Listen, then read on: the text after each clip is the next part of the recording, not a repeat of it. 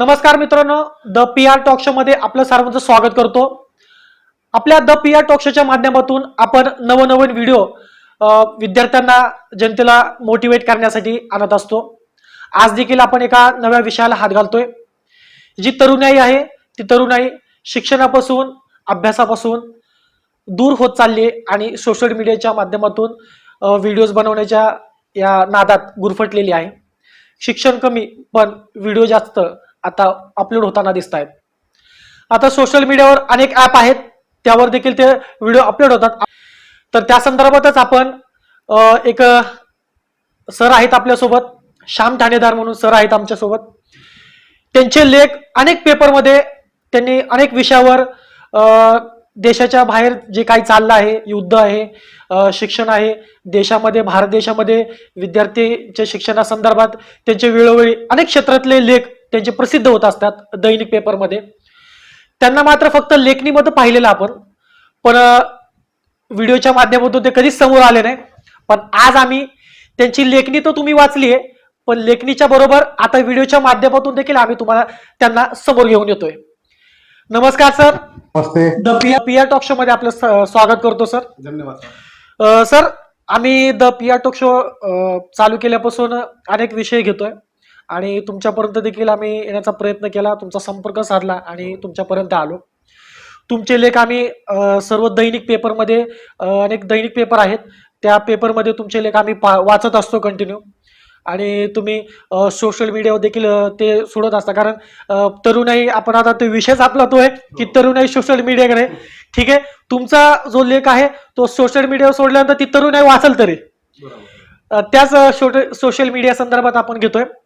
Sir, तुमचे जे videos आहेत आपण आम्ही वाचतो, सॉरी, तुमचे जे लेख आहेत ते आम्ही वाचतोय आणि ते आता व्हिडिओच्या माध्यमातून आम्ही तुम्हाला जनतेपर्यंत नेण्याचा प्रयत्न करू. कारण का की श्याम ठाणेदार लेखणी त्याची चालू आहे, चांगली मजेदार आहे, पण श्याम ठाणेदारला अजून कोणी पाहिलेलंच नाही. फोटोमध्ये पाहिलेलं आहे, पण लाईव्ह असं कोणी व्हिडिओच्या माध्यमातून पाहिलेलंच नाही. त्यासाठी आम्ही आता व्हिडिओ मधनं तुम्हाला जनतेला दाखवण्याचा प्रयत्न करतो आणि मी पण लोकांसमोर येईन. धन्यवाद तुमचं. सर, आमचा एक चांगला प्रश्न आहे. तर प्रश्न आम्ही लिहून ठेवलेले आहेत, कारण का ज्या क्षेत्रामध्ये तुम्ही वावरताय त्या क्षेत्रामध्ये वावरत असताना आमच्याकडनं काही चुकीचे प्रश्न नाही गेले पाहिजेत आणि त्यासाठी आम्ही ते अगोदर प्रश्न काढून ठेवलेत आणि त्या प्रश्न संदर्भात आम्ही तुमच्याशी चर्चा करणार आहे. सर, माझा पहिला प्रश्न असणार आहे की जर तुमचं नाव आणि तुमचा जन्म कुठं झाला आणि तुम्ही आता तुम्ही व्यवसाय काय करताय या संदर्भात तुम्ही माहिती द्या. माझं नाव श्याम बसप्पा ठाणेदार. मी शिक्षक आहे आणि शिक्षणासोबतच मी अनेक विषयावर लेख लिहित असतो. विविध वर्तमानपत्रामध्ये, साप्ताहिकात, मासिकामध्ये वेगवेगळ्या विषयांवर माझे लेख प्रसिद्ध झालेले आहेत आणि नियमितपणे मी लेख लिहितो. माझे खूप फॉलोअर्स आहेत. मला महाराष्ट्रातल्या, संपूर्ण महाराष्ट्रातून मला वाचकांचे पत्र येतात, वाचकांचे फोन येतात, मेसेज येतात की सर तुमचे लेख खूप छान असतात. आणि एका विषयासाठी मी गुरफटलेलो नाही, म्हणजे कोणत्याही विषयावर मला जर मी लिहायला सांगितलं तर मी लिहू शकतो. आणि ह्याचं कारण म्हणजे माझं वाचन चौफर असल्यामुळं मी त्या विषयावर लिहू शकतो, बोलू शकतो. सर, तुम्ही अनेक लेख लिहिताय आणि लेख लिहित असताना तुम्हाला हे जे लेख तुम्ही जे प्रसिद्ध करता दैनिक पेपरमध्ये, हे तुमची आवड कशी निर्माण झाली? पण मला पूर्वीपासून वाचण्याची तर आवड होतीच आणि लेखनाची आवड अशी निर्माण झाली की माझे काही सहकारी शिक्षक होते. त्या शिक्षकांनी सांगितलं की सर तुम्ही आता वाचताय खूप, तुमचं ज्ञान खूप आहे, पण ते ज्ञान लोकांपर्यंत पोहोचत नाही, तर तुम्ही काहीतरी असं करा की जेणेकरून तुम्ही लोकांपर्यंत पोहोचलं पाहिजे, तुमचं ज्ञान लोकांपर्यंत गेलं पाहिजे, विद्यार्थ्यांना म्हणा किंवा लोकांना समजा जनतेला ते समजलं पाहिजे. त्यासाठी काय करता येईल ते पहा. आणि मला पेपर वाचण्याची लहानपणापासून आवड आहे. मी ते पेपर वाचता वाचता मग वाचकांच्या पत्र व्यवहारामध्ये पत्र पडायला सुरुवात केली सुरुवातीला. आणि एक साधारणपणे 15-20 ओळींचे किंवा 10-15 ओळींचे छोटे छोटे पत्र मी पाठवत गेलो. ते साधारणपणे 1-2 वर्ष माझा कार्यक्रम, म्हणजे ते मी नियमितपणे पाठवत राहिलो. सर्व दैनिकांमध्ये माझे पत्र येत आले. काही दिवसानंतर मला दैनिकांच्या संपादकांचे फोन आले की सर तुम्ही खूप छान लिहिताय, पण तुमचं शॉर्टमध्ये असल्यामुळे आम्हाला ते लोकांपर्यंत मांडता येत नाही. आम्ही तुमच्यासाठी खास संपादकीय पानांवर एक अर्धा पेज तुमचं साठी लेख आम्ही उपलब्ध करून देतो. तुम्ही ते आमच्यासाठी लिहिणार असाल तर आम्ही ते नाही का म्हणजे तुमच्यासाठी ते पूर्णपणे आम्ही ते जागा कॉलम खास तुमच्यासाठी म्हणून आम्ही रिकामी सोडू शकतो. तुम्ही तयार आहात का? आणि नंतर मग विचार केला की जर आपल्याला एवढं मोठा जर प्लॅटफॉर्म मिळत असेल, कारण वर्तमानपत्रामध्ये जर साध्या आपल्याला माहिती आहे एक जरी बातमी छापून यायची असेल तरी त्यासाठी काय करावं लागतं. आणि जर आपल्यासाठी जर स्वतःहून जर संपादक मंडळ जर पूर्ण अर्ध पेज जर आपल्यासाठी सोडत असेल तर आपण ती संधी का सोडावी, असा विचार करून मग मी नंतर ते लिहायला सुरुवात केली. आणि मग मी लिहित गेलो. त्यानंतर मग वेगवेगळे विषय सुचत गेले. त्या विषयावर मी लिहित गेलो. संपादकांचे फोन येत गेले, पत्र येत गेले की सर तुम्ही ह्या विषयावर लिहा, त्या विषयावर लिहा. आणि साहजिकच मग लिहिण्यासाठी मग ते वाचन पुन्हा आलं, अभ्यास आला. मग ते वाचनातून पुढे आवड निर्माण झाली. आणि मग आज अशी परिस्थिती आहे की जवळपास महाराष्ट्रामध्ये 40 ते 50 दैनिकामध्ये माझे लेख नियमितपणे छापून येतात. जे महत्वाचे पेपर आहेत, लोकमत असेल किंवा सामना असेल, सकाळ असेल, पुढारी, या पेपरला हमखास येतात. परंतु जे स्थानिक पेपर आहेत, तालुका पातळीवरचे पेपर आहेत किंवा जिल्हा पातळीवरचे पेपर आहेत, त्या पेपरला देखील येतात. अगदी मुंबई असेल किंवा नागपूर साईडच्या पेपरला देखील म्हणजे संपूर्ण महाराष्ट्रामध्ये लेख प्रसिद्ध होतात. सर, तुम्ही तर सांगितलं की तुमचं 40 दैनिक पेपरमध्ये तुमचं ते लेख आहेत, ते लेख येतात आहे. सर, ह्या संदर्भात आम्ही तुमचे लेख वाचतोच आम्ही रोज. आणि ते वाचत असताना आम्ही एक तुमच्यासाठी आमच्या ह्या ज्या टॉक शोच्या माध्यमातून तुम्ही तुमच्या संदर्भात माहिती दिली, तर आज तुमच्यावर एक मोठी जबाबदारी सोपवण्याचा प्रयत्न करतोय. ती जबाबदारी म्हणजे की जी तरुणाई आहे ती तरुणाई सोशल मीडियाकडे जास्त वळतीये. अभ्यास जरा कमी आहे, शिक्षणापासून थोडी वंचित होतीये. तर त्यासाठी सर भाईगिरीचे रील्स बनवले जातात. एकदम ते आता मुलं बनवत होते रील्स, ते मान्य होतं. पण आता काय मुली पण रील्स बनवायला लागल्या भाईगिरीचे. एक रील्स बनवायचं आणि इकडे तिकडे बघायचं आणि ते स्लो मोशन करायचं. आणि जनता प्रभावित होत नाहीये. ते कमेंट पाहिल्यानंतर कळतं की त्यांची काय आहे, त्यांची म्हणजे त्यांना किती प्रसिद्धी शिव्या दिलेल्या असतात. तर तुम्ही अशा जे आपण थोड्या भाषेत म्हणलं तर ते वेगळ्या पद्धतीने भाषा वापरणाऱ्या जे रील स्टार असतात आणि जे तरुण आहे ती शिक्षणापासून वंचित होते, अशा तरुणाईला आपण आपल्या टॉक शोच्या माध्यमातून काय मेसेज द्याल? पहिला मुद्दा आहे माझा. तुम्ही तर प्रश्न मी एका प्रश्नामध्ये ना 2-3 प्रश्न टाकतो आणि ते कसे कव्हर करायचे तुम्ही करा. माझा पहिला प्रश्न आहे सर, सोशल मीडिया आहे त्याच्यामुळे तरुण हिंसक होत आहेत का? पहा, आजचं जे युग आहे ना, ते आजचं युग हे टेक्नॉलॉजी युग आहे, तंत्रज्ञान. आणि तंत्रज्ञानाच्या युगामध्ये सोशल मीडिया हा एकदम परवलीचा शब्द झालेला आहे. सोशल मीडियापासून आज कुणीही लांब राहू शकत नाही. अगदी शाळकरी मुलांपासून ते वृद्ध व्यक्तींपर्यंत सर्वच जण सोशल मीडियाचा वापर करतात. पण सोशल मीडियाचा वापर हा चांगल्यासाठी करायचा का वाईटसाठी करायचा हे आपल्या हातामध्ये आहे. सोशल मीडियाचे अनेक चांगले देखील फायदे आहेत, परंतु त्याचा चांगला वापर करण्याऐवजी सध्या आपण दुरुपयोग जास्त होताना दिसतोय, विशेषतः तरुण मुलांमध्ये. तरुण मुलं जर आपण पाहिले की ते सोशल मीडियामध्ये नको त्या गोष्टी करताना दिसतात. की आता तुम्ही जे सांगितलं की बाबा त्यातनं मुलं हिंसक होत आहेत, मुलं रील बनवतात, सेल्फी काढतात. त्या रील काढताना अगदी हातामध्ये हत्यार घेऊन किंवा कोयता वगैरे घेऊन देखील काही मुलं आपले स्वतः व्हिडिओ अपलोड करतात किंवा ते व्हायरल करतात. मुली देखील आता त्या मुलांबरोबर सहभागी झालेल्या आहेत. पण त्याच्यामुळे काय झालेलं आहे, सोशल मीडियाचा मूळ जो उद्देश आहे, ज्यांनी कोणी सोशल मीडिया सुरुवातीला काढला असेल तो उद्देश हरवला आहे. भ्रामक प्रसिद्धी, ह्याच्यामुळे मला प्रसिद्धी मिळेल. लोकांमध्ये मुलांमध्ये असं डोक्यात बसलेलं आहे की मी काहीतरी वेगळं केलं ना की मला प्रसिद्धी मिळते. त्या प्रसिद्धीसाठी मग मुलं हे अशा प्रकारचे काहीतरी फंडे वापरतात. परंतु असे दुरुपयोग करून किंवा वाईट काम करूनच प्रसिद्धी मिळते असं काही नाही, हे मुलांनी समजून घेतलं पाहिजे. चांगले काम करून देखील आपल्याला सोशल मीडियावर प्रसिद्धी मिळू शकते. आज सर तुम्हाला सांगतो, भारतातल्या 20% मुलं अशा आहेत की ज्यांनी सोशल मीडियाचा खूप चांगला वापर केलेला आहे. त्यांनी स्वतःचे ऍप केलेले आहेत, नवीन नवीन ऍप्लिकेशन डेव्हलप केलेले सोशल मीडियाच्या माध्यमातून. आणि ते ऍप्लिकेशन केवळ भारतातच नाही तर जगभरात वापरले जातात. कशासाठी? तर मुलांच्या शिक्षणासाठी. आणि मुलं जे आपल्या देशातले आहेत, फॉरेन मधले मुलं देखील ते ऍप्लिकेशनचा वापर करून आपलं अध्यापन किंवा चांगल्या गोष्टी करत आहेत.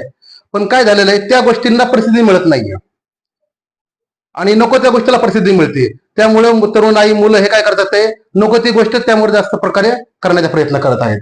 त्यामुळं सोशल मीडियाचं सध्या वातावरण, सोशल मीडिया म्हणजे काय झालेलं आहे की नकोच, अशा प्रकारच्या लोकांच्या डोक्यामध्ये एक विचार झालेला आहे. आणि मुलांनी विचार केला पाहिजे, आपण जे करतोय ते कशासाठी करतोय, आपण आपल्या चांगल्यासाठी करतोय का वाईटसाठी करतोय. प्रसिद्धी पाहिजे, पण प्रसिद्धी ही कुप्रसिद्धी पाहिजे का सुप्रसिद्धी पाहिजे, म्हणजे चांगल्यासाठी प्रसिद्धी हवी का वाईटसाठी प्रसिद्धी हवी, याचा पण मुलांनी विचार केला पाहिजे. जर तुम्ही सोशल मीडियावर चांगलं काम केलं त्याचीही प्रसिद्धी मिळते. आता तुम्ही मला सांगितलं की सर तुमचे लेख आम्ही सोशल मीडिया वापरतो, वाचतो, त्यामुळे संपूर्ण लोकांना, तुम्हाला दौंड मधल्या असो किंवा जिल्ह्यातल्या राज्यातल्या लोकांना तुमची माहिती आहे, म्हणजे आपण ते चांगला वापर करू शकतो. परंतु चांगला वापर करणारे मुलं खूप कमी आहेत. पण तरुणांनी हा विचार केला पाहिजे की आपण कशा प्रकारचा वापर केला पाहिजे. जर चांगला वापर झाला तर निश्चित चांगला आहे, पण जर वाईट वापर झाला तर निश्चितपणे त्याच्याने वाईटच होणार आहे. सोशल मीडिया हे शस्त्रज आहे आणि ते शस्त्र दुजारी आहे, की आपण ते कशा प्रकारे चालवायचं हे आपण ठरवलं पाहिजे. जर आपण ते दोन्ही साईडने चालवण्याचा प्रयत्न केला तर एक तर जे झाड जे आपल्यालाच लागणार आहे ह्याचा विचार मुलांनी करायला हवा, तरुणांनी करायला हवा.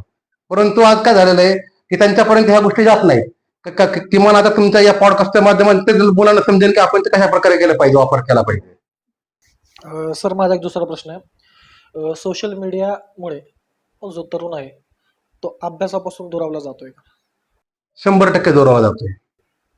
तर दुरावला जातोय, मी हा प्रश्न तो तुम्हाला केलाय. पर दुरावला जात असताना आता जी काही 10वीचे एक्झाम झाले, त्याच्यामध्ये देखील मुलींनी बाजी मारलेली आहे असं आपल्याला देखील पाहायला मिळते. आणि मुलींनी बाजी मारली असली तरी कोरोनाच्या काळामध्ये काहीतरी ऑनलाईन एज्युकेशन होतं, त्या एज्युकेशनमुळे आत्ताच्या विद्यार्थ्यांमध्ये असा काही प्रभाव पडलेला वाटतोय का तुम्हाला, तरुणांमध्ये? पहा, जोपर्यंत कोरोना आला नव्हता तोपर्यंत शिक्षक आणि विद्यार्थी यांच्या आंतरक्रिया व्हायच्या. जेव्हा कोरोनामुळे शाळा आपली बंद पडली तेव्हा ऑनलाईन शिक्षण हा मार्ग काढण्यात आला आणि ऑनलाईन शिक्षणासाठी मोबाईल, संगणक यांचा वापर करण्यात आला. मोबाईल असो किंवा संगणक असो, हे एक माध्यम आहे, त्याला आपण साधन म्हणतो, ते साध्य नाहीये. साध्य शेवटी काय आहे, शिक्षण हे साध्य आहे. मोबाईल असो किंवा संगणक असो हे साधन आहे, साधन हे कधी साध्य होऊ शकत नाही. ज्या वेळेस कोरोनाच्या काळात ऑनलाईन शिक्षण सुरू झालं, पण त्या ऑनलाईन शिक्षण किती इफेक्टिव्ह प्रमाणात होतं, त्याचा किती परिणाम झाला हे आपण सर्वांनी पाहिलेलं आहे. की ज्या वेळेस ऑनलाईन, आम्ही देखील ते ऑनलाईन शिक्षण शिकवलं आहे. वर्गात 30 मुलं असतील तर माझ्या ऑनलाईन तासाला फक्त 5 ते 7 मुलं असायचे. हा, आणि तेही कशासाठी, फक्त काही जण पालकांनी सांगितले म्हणून बसायचं, काही जण फक्त स्क्रीन चालू ठेवायचे की मी ऑनलाईन उपस्थित आहे म्हणून, आणि त्याच्या पाठीमाग वेगळे कार्यक्रम व्हायचे, म्हणजे ते इफेक्टिव्ह बिलकुल नव्हता त्या मुलांचा. आणि त्यावेळेसच खरं तर पालकांना समजलं की शाळेचं महत्व काय आहे. शाळा, शिक्षक यांचे स्थान जगामध्ये कुणीही घेऊ शकत नाही, त्यावेळेस पालकांना कळलं. त्याच्या अगोदर पालकांना वाटायचं की काय शाळेत गेलं जाऊन तरी काय होते, शिक्षक तरी काय शिकवतात. परंतु ज्या वेळेस कोरोना काळामध्ये शाळा बंद पडली, ऑनलाईन शिक्षणात त्यांना कळालं की शिक्षकांशिवाय आणि शाळेशिवाय पर्याय नाही. ज्याप्रमाणे शाळेमध्ये शिक्षक शिकवू शकतो तसे ऑनलाईन शिक्षण कधीही होऊ शकत नाही. आणि शिक्षण हे फक्त मुलं साक्षर होणे, लिहिता वाचता येणे यापुरतं मर्यादित नाही. शिक्षणामुळं, शाळेमुळं काय होतं, शाळेमुळं सामाजिक जी जबाबदारी आहे ती मुलांवर समजते. समूह जीवनाची मुलांना माहिती होती. मुलं मुली एकत्र येतात, एकामेकांशी कसं बोलायचं, कसं वागायचं हे त्या ठिकाणी समजतं. वेगवेगळ्या महापुरुषांची जयंती असेल, पुण्यतिथी असेल, वेगवेगळ्या प्रकारच्या कलागुणांना वाव मिळतं मुलांना त्या ठिकाणी. ह्या गोष्टी ऑनलाईन क्लासमध्ये होऊ शकत नाही. फॉरेनमध्ये मला वाटतं अमेरिका किंवा इंग्लंड या देशामध्ये काही वर्षापूर्वी एक संकल्पना रुजली होती सर. त्याला नाव दिलं होतं होम स्कूल. होम स्कूल ह्याचा अर्थ असा व्हायचा की मुलांना शाळेत पाठवायचं नाही, घरीच पालकांनी मुलांचं शिक्षण घ्यायचं. आणि हो, जे काही पुस्तकं आहेत किंवा जे काही टेक्स्ट आहेत ते आणून द्यायचे आणि ज्याप्रमाणे शिक्षक शिकवतात त्याप्रमाणे पालकांनी मुलांना शिकवायचं. आणि फक्त ज्या वेळेस मुलांची परीक्षा असेल त्या परीक्षेला मुलांना नेऊन बसवायचं. 10वी पर्यंत जे बोर्डाची परीक्षा आहे तोपर्यंत मुलं चांगले झाले. बोर्डाच्या परीक्षेला पण सर मुलं चांगल्या मार्काने पास झाले. परंतु ज्या वेळेस बोर्डाच्या परीक्षेनंतर उच्च शिक्षणासाठी मुलं जातात, त्या ठिकाणी गेल्यावर त्या मुलांमध्ये मानसिकांचा परिणाम झाला. त्याचं कारण असं झालं की ती जे सराउंडिंग आहे, शाळा असो किंवा कॉलेजची असो, ती त्यांना माहितच नाही ना. घरी बसून शिकणं आणि शाळेमध्ये शिकण्यात खूप फरक आहे. शाळेमध्ये शिक्षकांशी बोलायचं कसं, विद्यार्थ्यांशी बोलायचं कसं, संस्कार होणार कसे, हे घरी किंवा ऑनलाईन शिक्षणामध्ये होऊ शकत नाही. ज्या वेळेस 10वी पर्यंत तो मुलगा पास झाला आणि 11वी ते मुलं गेले, कारण उच्च शिक्षण तर काय घरी बसून देऊ शकत नाहीत, त्यासाठी त्या विद्यार्थ्यांना शाळेत जावं लागणार. शाळेत त्यावेळेस कॉलेजमध्ये ते मुलं गेल्यानंतर त्या मुलांना ते वातावरणच सूट झालं नाही आणि त्यांच्या मानसिकता त्यांची पूर्णपणे बिघडून गेली. त्यावेळेस त्या सरकारनं असा निर्णय घेतला की याच्या पुढं होम स्कूल हे पद्धत बंद करून टाकायची आणि मुलांना कंपल्सरी शाळेमध्ये दाखल करायचं म्हणजे करायचं. म्हणजे थोडक्यात असं की जो कोणी जे विद्यार्थी असतील त्या विद्यार्थ्यांना शाळेची पायरी चढलीच पाहिजे त्यांनी. कारण ज्या शाळेमध्ये जात असताना ज्या वातावरणात जो वावरतो त्याच्यावर ते वातावरण, कारण शिक्षक शिकवत असताना शिक्षकांनी ते अनुभवले त्या गोष्टी, मग त्या अनुभव शिक्षक सांगत असतात आणि त्या अनुभवानेच विद्यार्थी पुढे जात असतो.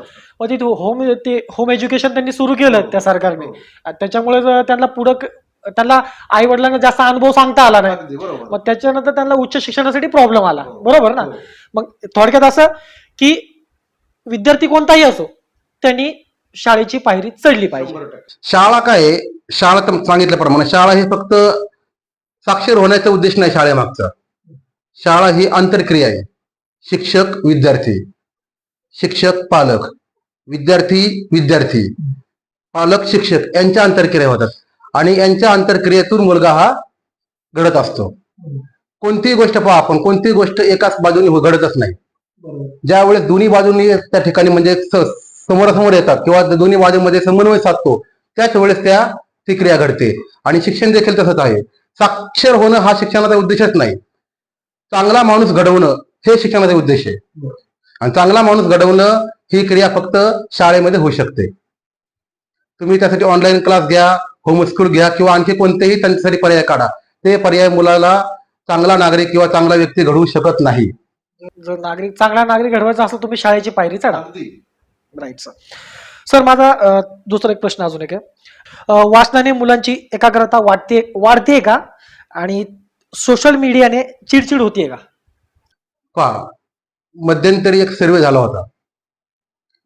त्या सर्वेमध्ये असं सिद्ध झालं की आपल्या देशातला तरुण किंवा कॉलेजवरील मुलं ते दिवसाला 5 तास मोबाईलचा वापर करतात. साधारणपणे 4 ते 5 तास वापर करतात. आता शाळा साधारणपणे 6 ते 6.5 तास शाळा भरते. त्यातले 4 ते 5 तास मुलं जर मोबाईल वापरत असेल तर त्याला वाचनाला वेळ कधी मिळेल? तो अभ्यास कसा करेल? आणि वाचनामुळं मोबाईलमुळे झालंय काय, मुलांचं अवांतर वाचन तर संपूर्ण गेलंय. पूर्वी ज्या वेळेस आपण लहान होतो त्यावेळेस जर आपण एखाद्या वाचनालयात गेलो, ग्रंथालयात गेलो तर तिथं मुलांची झुंबड उडायची वर्तमानपत्र असेल किंवा पुस्तक वाचण्यासाठी. आज जर आपण पाहायला गेलो तर सगळे वाचणारे सगळे ओस पडलेले असतात. पुस्तकं जागेवरनं वर्षभराचे पुस्तक हालत देखील नाही का? कारण सोशल मीडियामुळे काय झालेलं आहे की वाचनाची आवड निघून गेलेली आहे मुलांमधून. पूर्णपणे वाचण्याची आवड संपलेली आहे. आपण ज्यावेळेस शाळेत होतो त्यावेळेस आवर्जून आपण पहाटे उठायचो. पहाटे 4, 4:30, 5ला आपले आई वडील आपल्याला उठवायचे. कशासाठी? की तू पहाटे उठ आणि वाचन कर, अभ्यास कर. का? की पहाटे वाचलेलं हे कायमस्वरूपी स्मरणात राहतंय. आता झालंय काय, मुलगा रात्री 12 आणि 1 वाजेपर्यंत मोबाईलवर पाहत असतो. पहाटे उठायचं तर गेमच खेळत. यस, पहाटे उठायचा विषयच नाही. तो उठणार 9-10 वाजता. उठला तरी पहिल्यांदा तो काय पाहतो तर उशी खाली जो मोबाईल आपला तो घेऊन सुरुवात करतो. म्हणजे जीवनाची म्हणजे त्याच्या दिवसाची सुरुवात ही मोबाईलने होते आणि दिवस संपतो देखील मोबाईलने. मग अशा वेळेस वाचन कधी होऊ शकतं? आणि जर वाचनच होत नसेल तर मग पुढचं जे ज्ञान म्हणतो आपण ते मिळणं शक्यच नाही. आणि तुमचा दुसरा जो प्रश्न आहे, मुलं हिंसक होतात का? चिडचिड करतात का? अगदी 100% चिडचिड करतात. तुम्ही पहा, एखादा लहान मुलं आहे, 1-2 वर्षाचं मुलं असेल आणि त्याच्याकडे आपण मोबाईल दिला, एक 5-10 मिनिटानंतर ज्यावेळेस आपण त्याच्याकडे मोबाईल काढतो ना सर, त्यावेळेस तो आपल्या अंगावर धावून येतो. त्याच्या वय किती? अगदी 1-2 वर्षाचं वय, तरी पण त्याच्या मनामध्ये चिडचिड होते. मग आपल्यासारखे जे मोठे माणसं आहेत किंवा तरुण मुलं आहेत त्यांची किती चिडचिड होत असेल? कारण मोबाईलमुळे काय होतं, मोबाईलमुळे आपला जो मेंदू आहे तो मेंदू पूर्णपणे त्या मोबाईलमध्ये गुंतून पडतो. त्याला दुसरी कोणतीही गोष्ट त्याला स्वीकारत नाही तो, आणि त्यामुळे मग मुलं हिंसक होतात. अलीकडचं आपण पाहतो की कॉलेज जीवनातील मुलं आहेत, तरुण मुलं, त्यांचे जे भांडणाचे कारण आहेत ना, ते देखील मोबाईलच आहे. तुम्ही स्टेटस ठेवला, स्टेटस मध्ये तुम्ही मला कमेंट केली नाही, मला लाईक केली नाही, ह्या कारणाने देखील अनेक भांडणं झालेले. कॉलेजमध्ये पहा, पण बरेचसे कारण हेच कारण आहेत. पहा, तुम्ही माझ्या कमेंटला, माझ्या पोस्टला लाईक केली नाही, तुम्ही माझ्या विरुद्ध स्टेटस ठेवली, काल माझा स्टेटस तुम्ही चोरला आणि तो तुम्ही कॉपी केला, ह्याच्यावरच त्या मुलांमध्ये हिंसा वाढत आहे आणि त्यामुळं मुलं भांडणही करत आहेत आणि लहान मुलं तर खूपच चिडचिड होत आहेत. आता लहान मुलांमध्ये आई पहा, मुलगा जेवत नाही म्हणून मोबाईल दाखवतो. नाही आता तेच चालू आहे की आता मुलाला जेवण द्यायचंय, तो जेवण करत नाही म्हणून ते टीव्हीवर काहीतरी कार्टून असेल, कार्टून लावले जातात, नाहीतर कोणतेही देवाचे गाणे असेल ते लावलं जातं. ते बघत बघत तो ते अर्ध लक्ष बघण्यातच असतंय, पण जेवण तो कमीच जातं त्याला. पण तेव्हाच काय केलं पाहिजे? पालकांना काय वाटतं की मोबाईल पाहतो म्हणून जेवण करतोय, तसं काही नाहीये. आता आपल्या पिढीमध्ये काय आपण मोबाईल पाहून जेवण करत होतो का? नाही. पण पालकांची पाशी धारणा झालेली आहे, काही फरक पडत नाही, एक दोन नाही का देऊ नका मोबाईल त्याला, भूक लागल्यानंतर मुलगा चढ जेवतो. परंतु पालकांनी अशी एक धारणा करून ठेवलेली आहे की मोबाईल दिल्याशिवाय मुलगा जेवत नाही. आणि मग तीच सवय, जर मला सांगा तुम्ही, जर 1-2 वर्षाचा मुलगा जर अर्धा तास जर मोबाईल पाहत असेल तर त्या मुलाचं भविष्य कसं घडेल? आज आपण ज्या वेळेस मुलं मिलिटरीमध्ये किंवा आर्मीमध्ये भरती व्हायला जातात, आपल्याला माहिती आहे आर्मीतले किंवा मिलिटरीमध्ये चष्मा चालत नाही. आज जर पहिली 1-2 वर्षाचा मुलगा जर मोबाईल बघत असेल, त्यावेळेस तो मुलगा 17, 18, 20 वर्षाचा होईल, त्यावेळेस त्याला चष्मा नाही, मोठा फार जाड भिंगा चष्मा लागेल. आणि असे जर मुलं अजून 20 वर्षांनंतर जी पिढी येईल, ती पिढी जर अशी जर अशी आली तर मिलिटरीमध्ये आपल्याला मुलं मिळणार नाही सर. ही सत्य परिस्थिती, ह्याच्यावर आजपर्यंत कोणी विचार केलेला नाही. आज पायलट असेल, एखाद्या मुलाला पायलट व्हायचं असेल तर पायलट देखील चष्मा चालत नाही.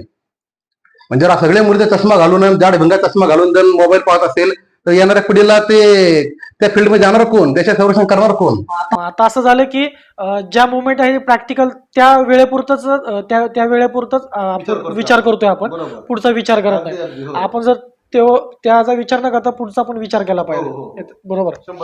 आणि दुसरा एक प्रश्न आहे, आता अगोदर मैदानी खेळ खेळले जात होते, बरोबर. जसं जसं सोशल मीडियाचं जे बिंग आहे ते वाढत गेलंय, त्याच्यानंतर मैदानी खेळ कमी झाले. मैदानी खेळमध्ये आपण खो खो खेळायचो, कबड्डी खेळायचो, अनेक खेळ असतील ते खेळ खेळायचो. पण त्याच्यानंतर ते मैदानी खेळ कमी झालेत. आता मी शाळेमध्ये जातो ना काही ठिकाणी, तर आम्ही जर खो खो कबड्डी खेळायला जायचो ना, तर आमचं शाळा आहे सर अग्रवाल विद्यालय, तसं आम्ही खो खो खेळण्यासाठी जायचो ना, तर म्हणायचे की अरे दौंडची मुलं आल्यात खो खो खेळायला, यांच्यासोबत घाबरायचे. कारण आम्ही डाम, खो खोचा डाम आहे ना, तो डाम खूप डेंजर मारायचो. तसं आमच्यावर खेळायचं म्हणलं ना, लोक घाबरायचे. पण आता सर असं झालंय, मैदानी खेळ आता बघा ना, तुम्ही कोणत्या शाळेत जा, ते खो खोचा डाम दिसत नाहीये. आणि डाम दिसला तर तो आजूवर लावला फक्त दाखवापुरताच असतोय. ते जे ग्राउंड आहे ते खो खोचं ग्राउंड पण नसतंय. ती एकदम कणखर जमीन झालेली असते आणि ती जमीन लागत नाही, चालत नाही खो खोला. आणि काय झालंय, आता ते मैदानी खेळचं बंद झालंय आणि आता काय मोबाईलचा खेळ सुरू झालाय. म्हणजे मैदानी खेळ बंद, सोशल मीडियाचा खेळ सुरू. या संदर्भात आपण काय सांगाल? या मोबाईलचे जे अनेक तोटे आहेत त्यातला हा सर्वात मोठा तोटा आहे. तुम्ही सांगितल्याप्रमाणे आता मोबाईलमुळे काय झालेलं आहे की मैदानी खेळ टोटली बंद झालेले आहेत. आपण लहान असताना कबड्डी, सुरपाट्या, आता सुरपाट्या हा शब्द त्या मुलांना माहित देखील नाही. कबड्डी असेल, सुरपाट्या असेल, लगोरी असेल, लंगडी असेल, हे खूप खूप चांगले खेळ होते. ह्या खेळाने काय व्हायचं की मुलांचे शारीरिक विकास तर व्हायचाच सर, परंतु यामुळे मुलांमध्ये काय व्हायचं, सहकार्याची भावना निर्माण व्हायची. सरांनी सांगितल्याप्रमाणे तुम्ही सांगितलं आता की बाबा आम्ही डाम मारायचो, त्यावेळेस आम्ही दुसऱ्याला आउट करायचो. दुसऱ्याला आउट करताना आपण आपल्याच संघातल्या एका मित्राची आपण मदत घ्यायचो. खेळ मध्ये कसं असतं की एकामेकाला मदत करणं. आता काय झालं, ते खेळ बंद झाल्यामुळे सहकार्याची भावना देखील संपलेली आहे.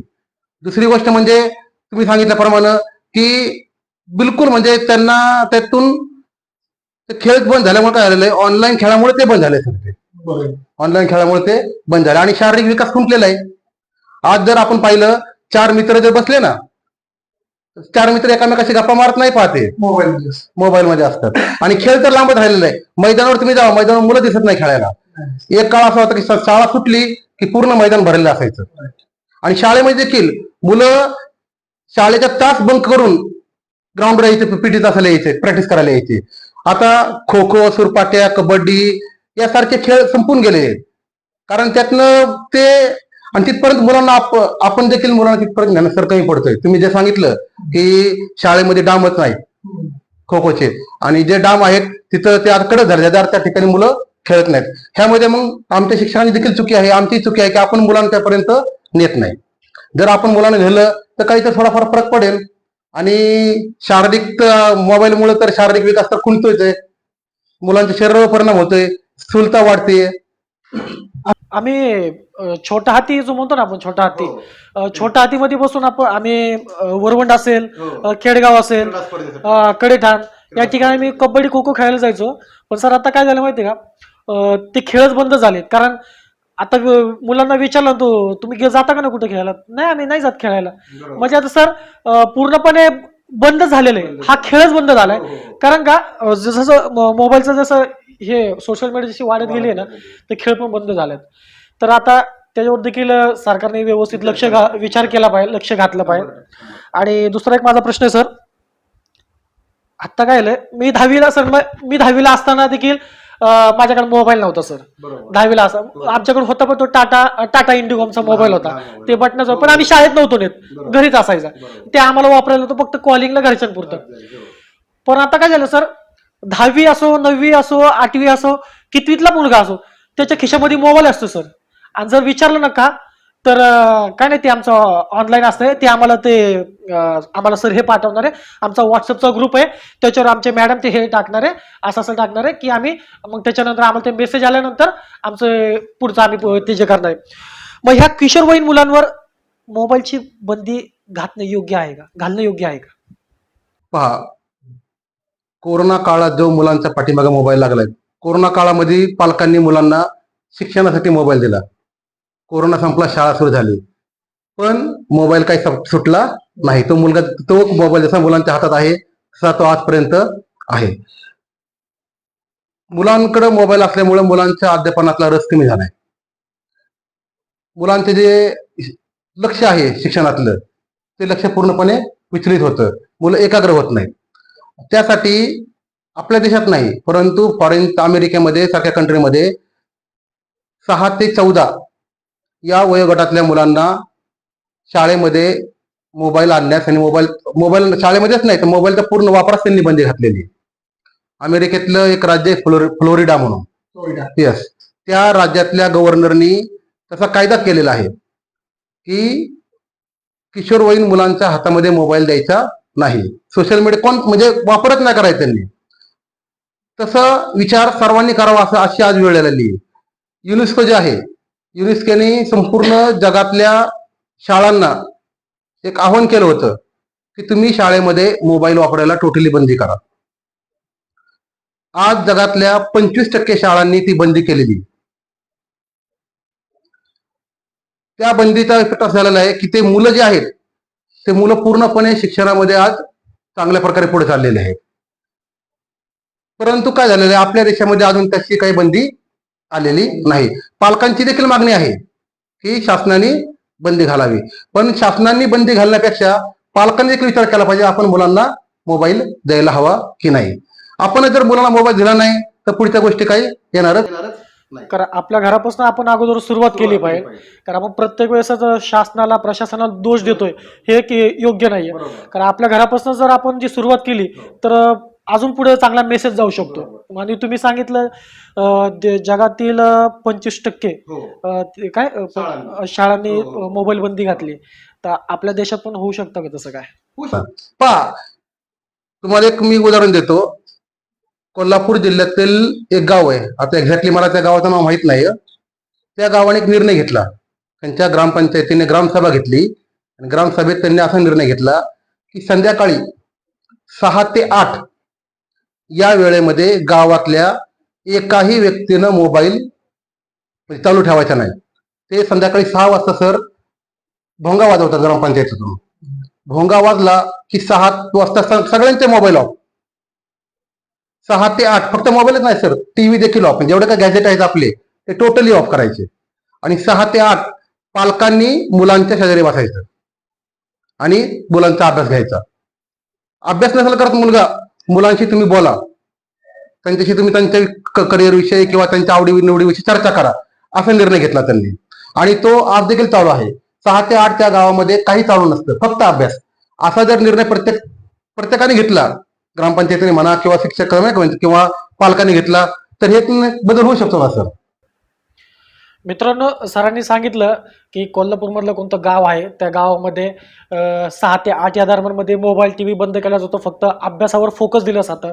त्या ग्रामपंचायतने जो निर्णय घेतला, तर ती ग्रामपंचायत जर आता माझ्या पण वाचण्यात आलं होतं सर, आणि पण ते काय वाचणं झालं तर ते परत नंतर विषय आला तर ते येतं.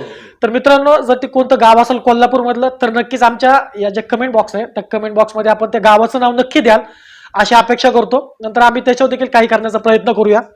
आणि सर, दुसरा एक प्रश्न आहे माझा.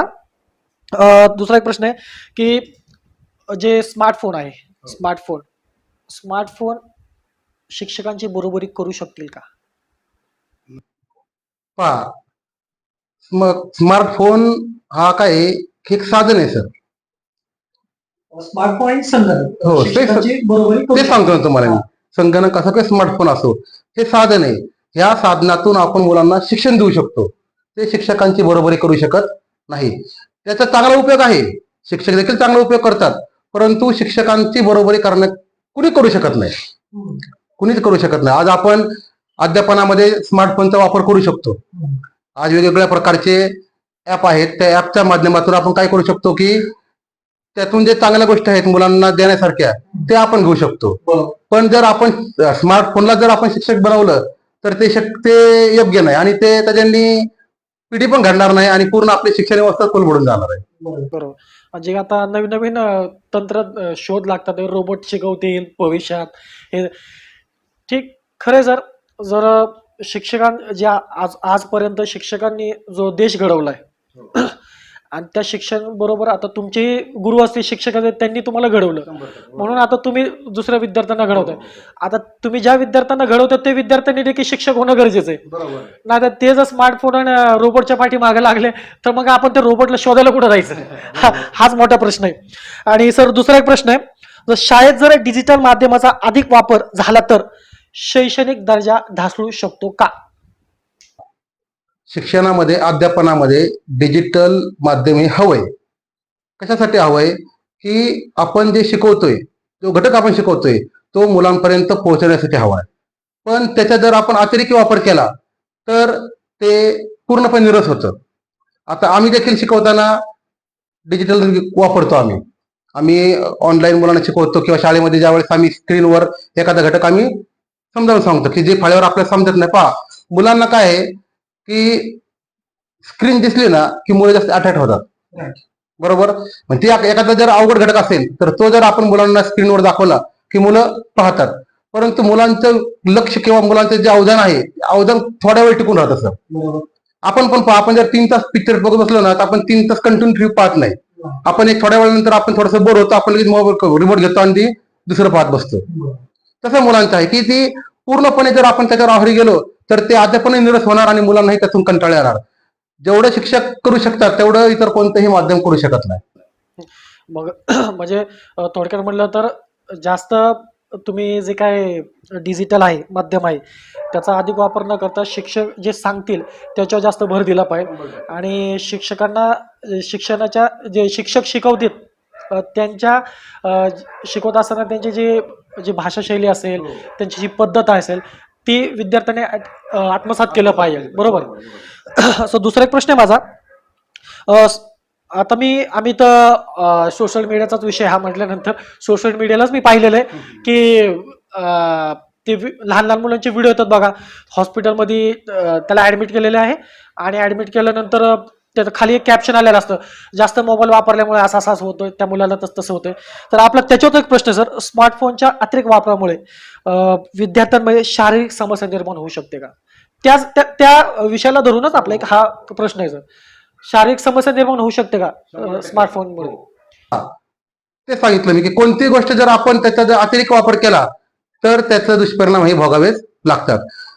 मोबाईलमुळे काय होतंय की तसं आपण आता सांगितलं, खेळ बंद झालेले आहेत, बरोबर. एकमेकांशी जे कम्युनिकेशन आहे, संवाद आहे, ते बंद झालेले आहेत. आणि एका ठिकाणी बसून बसून केवळ मोबाईल पाहिल्यामुळं मुलांच्या शरीरावर खूप परिणाम झालेले आहेत. मुलं हिंसक होतात, मुलं चिडचिडे होतात, मुलांची स्थूलता वाढलेली आहे.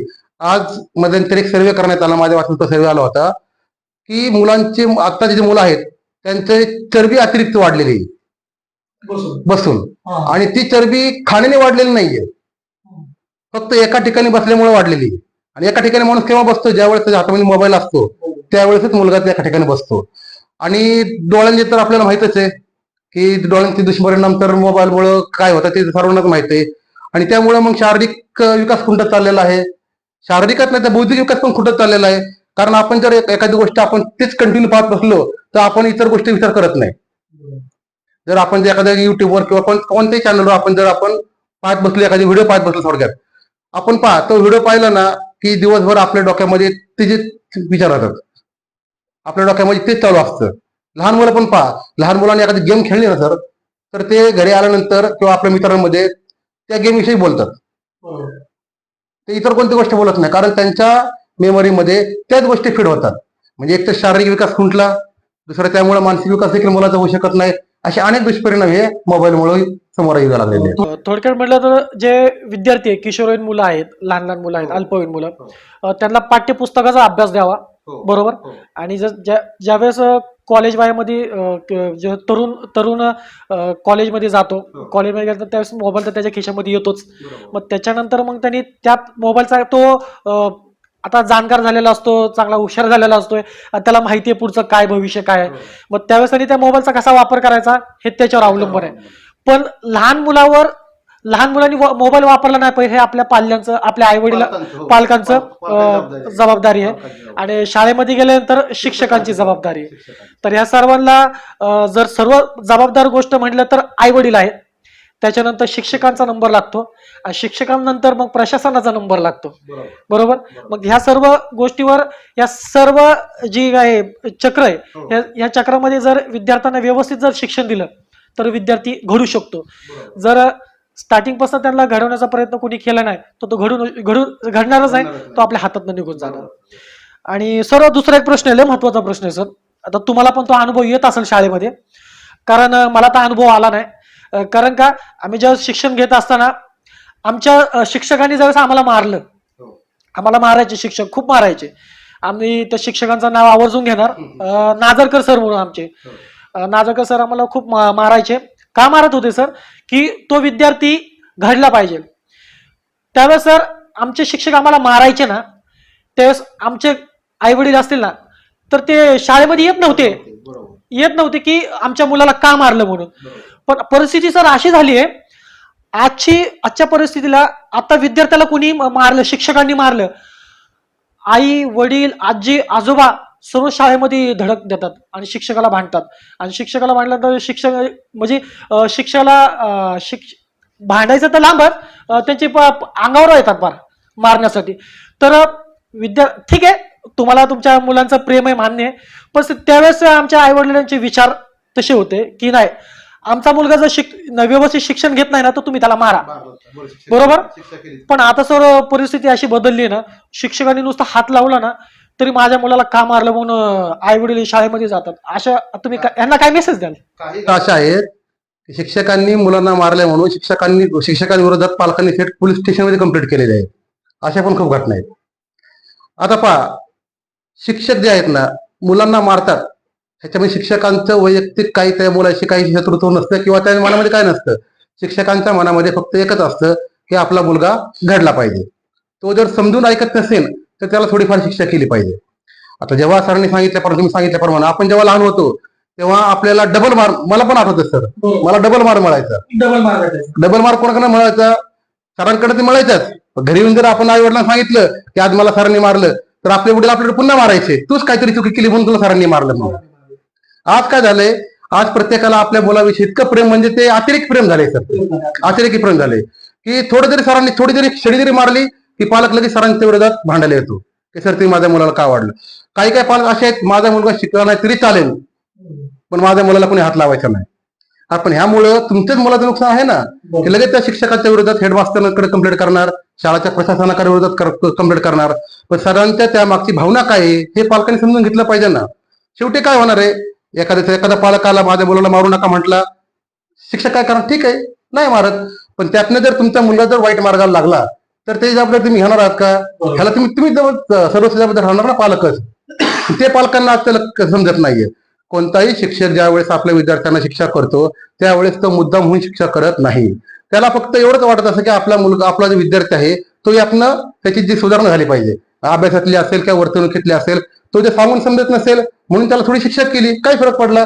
आज पालक लोक स्वतःच्या मुलाला मात्र घरी मारतात. पालक लोक स्वतःच्या मुलं घरी मारतात, मुलाला ऐकलं की त्याला शिक्षा करतात, पण शिक्षकांनी मात्र शिक्षा करायची नाही. शिक्षक काय तुमचे शत्रू आहेत का? मुलांचे शत्रू आहेत का?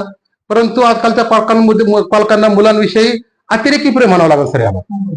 आणि काय त्यात पालकांच्या दबावामुळं शेवटी मग शासनाने देखील निर्णय घेतला की बाबा शिक्षकांनी जास्त प्रकारे नाही का म्हणजे शिक्षा करू नये, पण शिक्षक विनाकारण शिक्षा करत नाही हे पालकांनी समजून घेतलं पाहिजे. ज्यावेळेस शिक्षक शिक्षा करतात त्यामागे त्याची भावना चांगली असते, त्या भावनेतून हे करतो. आणि मारताना हा माझा जवळचा विद्यार्थी, तो माझा लांबचा विद्यार्थी असं कोणताही शिक्षक करत नाही. जे वात्र मुलं आहेत, जे ऐकत नाहीत, खोडकर मुलं आहेत, अशा मुलांना शिक्षक करतात आणि त्यातनं मुलांची सुधारणाच होती.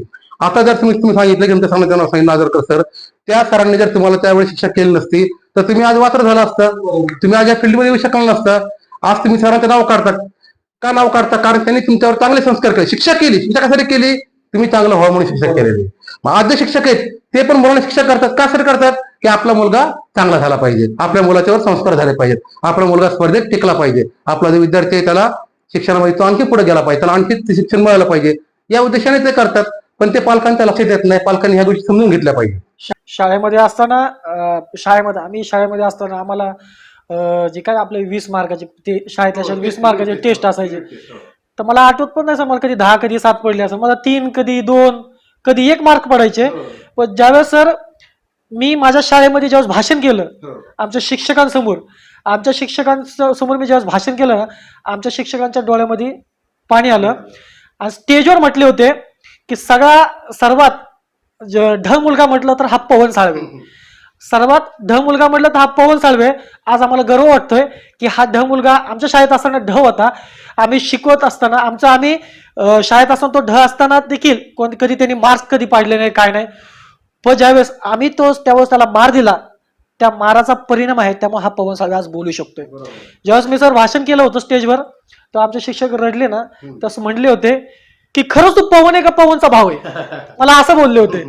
पण कृपा आमच्या माळी सरांची, कृपा आमच्या वाघमोडे सरांची, कृपा आमच्या खान सरांची, कृपा आमच्या नाजरकर सरांची आणि अनेक शिक्षक होऊन गेले. त्या शिक्षकांमुळे आज आम्ही घडलो आणि आज आम्ही घडतोय आणि अजूनही घडत राहणार. ज्या पद्धतीने आमच्या शिक्षकांचं नाव करता येईल तसं आम्ही करत राहणार. कारण ज्या शिक्षकाने आम्हाला आज त्यावेळेस मार दिला म्हणून आम्ही मार खाऊन आज आम्हाला अजून आठवते आमच्या शिक्षक आमच्या सरांकडे अशी जाड छडी होती, ती छडी खूप मारायची आम्हाला. पण खरं सांगतो सर, मारलं लाल व्हायचं, पण अजूनपर्यंत आम्ही कंप्लेंट कधी कुणाला केली नाही, कधीच केली नाही. पण आजची परिस्थिती सर अशी आहे, विद्यार्थ्यांना जर शिक्षकांनी मारलं तर तो विद्यार्थी घरी रडत गेला तर त्या विद्यार्थ्याचे आई वडील शाळेत येऊन शिक्षकांना दमदाटी केली जाते.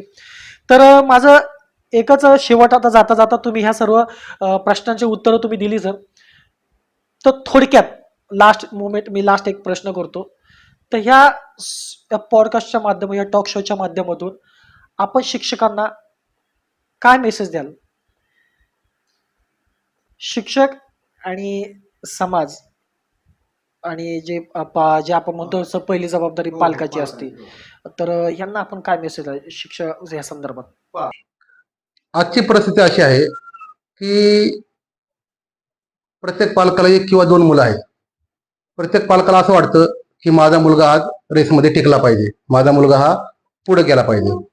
पण पालकांचं हे लक्षात येत नाही की प्रत्येक मुलाची बुद्धिमत्ता हा वेगवेगळ्या प्रकारची आहे. तुम्ही सांगितलं आता की युनिट टेस्ट मध्ये मला कधीही 20 पैकी 17-15 मार्क पडले नाहीत, 3 मार्क पडले, 4 मार्क पडले, 5 मार्क पडले.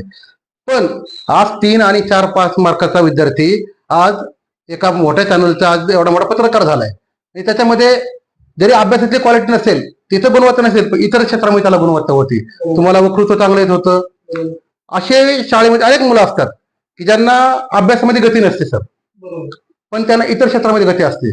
एखादा विद्यार्थी भाषण चांगला असतो वक्तृत्वामध्ये, एखादा मुलगा चित्रकलेत चांगला असतो, एखादा मुलगा खेळामध्ये चांगला असतो, एखादा मुलगा गायनामध्ये चांगला असतो. आणि मग काय होतं, शिक्षकांनी त्याची गुणवत्ता हेरली ना, की त्याप्रमाणे त्याला जर आपण मार्गदर्शन केलं ना, त्या क्षेत्रामध्ये तो मुलगा जातो. आता समजा एखादा मुलगा चांगला वक्तृत्व करत असेल, एखादा मुलगा चांगला चित्रकार असेल, गायन चांगला करत असेल, तर त्याला जर आपण त्याला गायनाकडे वळवलं तर तो त्यामध्ये करिअर करू शकतो.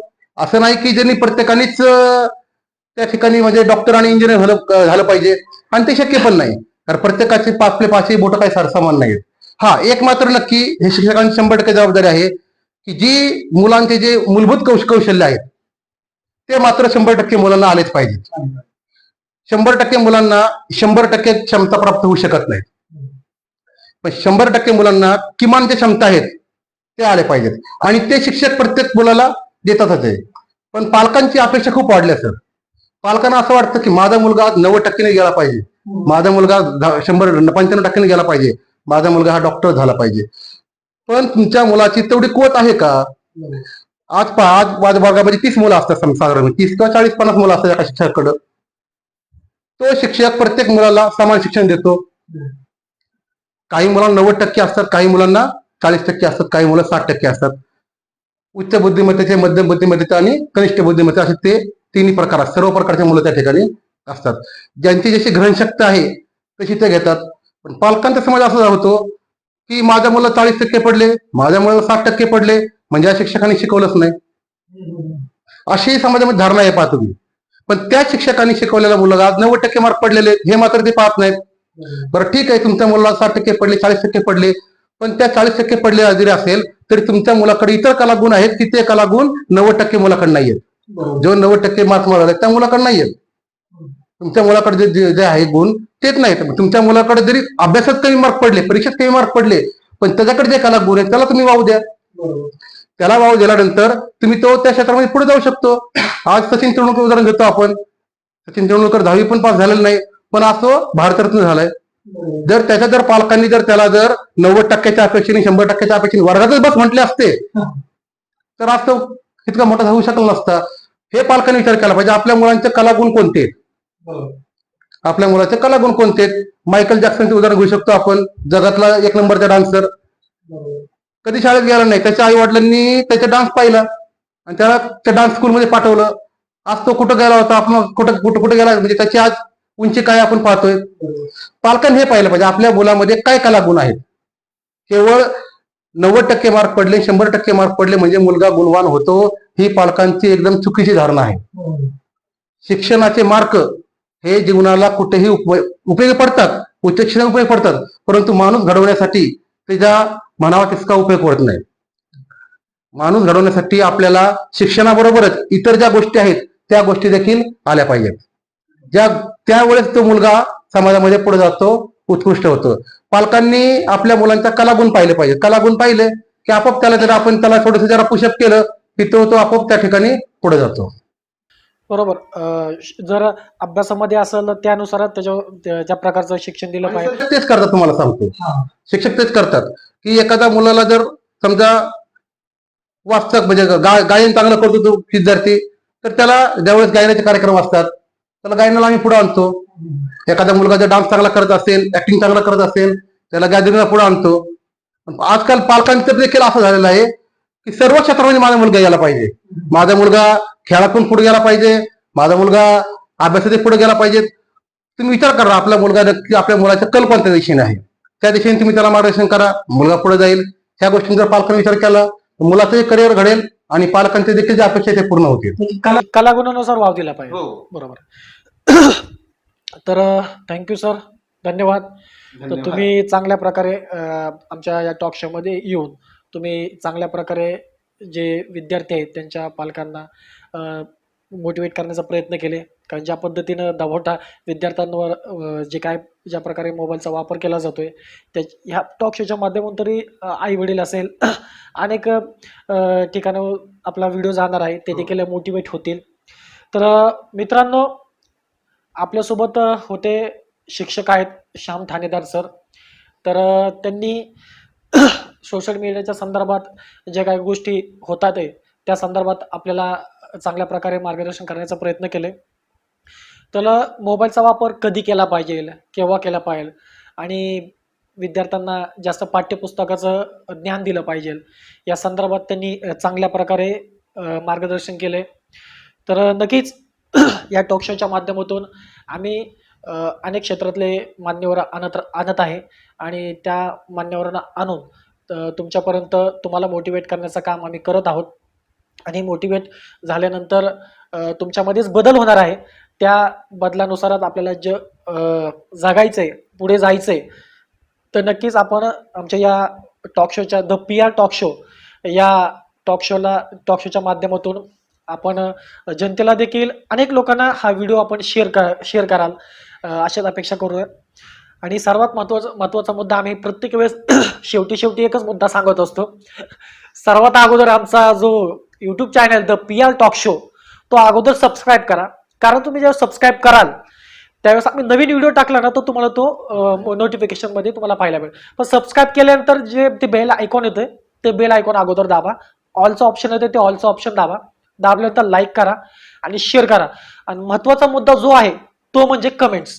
तुम्ही जेव्हा कमेंट्स कराल ना त्यावेळेस आम्हाला समजेल की तुम्हाला तुमच्या कमेंटच्या माध्यमातून आम्हाला समजेल की तुम्हाला काय द्यायचंय, तुम्हाला काय पाहिजे. तर आम्ही कमेंटच्या माध्यमातून आम्ही तुम्हाला ते देण्याचा प्रयत्न करू आणि त्याच प्रकारचा मान्यवर आम्ही शोधू आणि शोधल्यानंतर ते आम्ही तुमच्यापर्यंत पोहोचू. आणि माझ्या या द PR टॉक शोला रवी देसाई सर आहेत, मी पवन साळवे स्वतः. आम्ही या दोन जणांनी जो द PR टॉक शो चालू केला आहे. आमचा उद्देश आहे की जनता मोटिवेट झाली पाहिजे आणि अनेक क्षेत्रातले मान्यवर बोलून जनतेला मोटिवेट करण्याचं काम आम्ही या दोघांनी केलेलं आहे. आम्ही ही सुरुवात आहे. आमच्या या सुरुवातीला आपण सबस्क्राईब करून भरारी द्यावी. कारण आमचं 1-2 महिन्यातच आम्ही एवढी मोठी भरारी घेतली. अशाच प्रकारची भरारी ह्या 2 महिन्यात अजून मोठी भरारी घेऊ अशीच अपेक्षा करूया. आणि आमच्या द PR टॉक शोला पुन्हा एकदा सांगतो, सबस्क्राईब करा, लाईक करा, शेअर करा.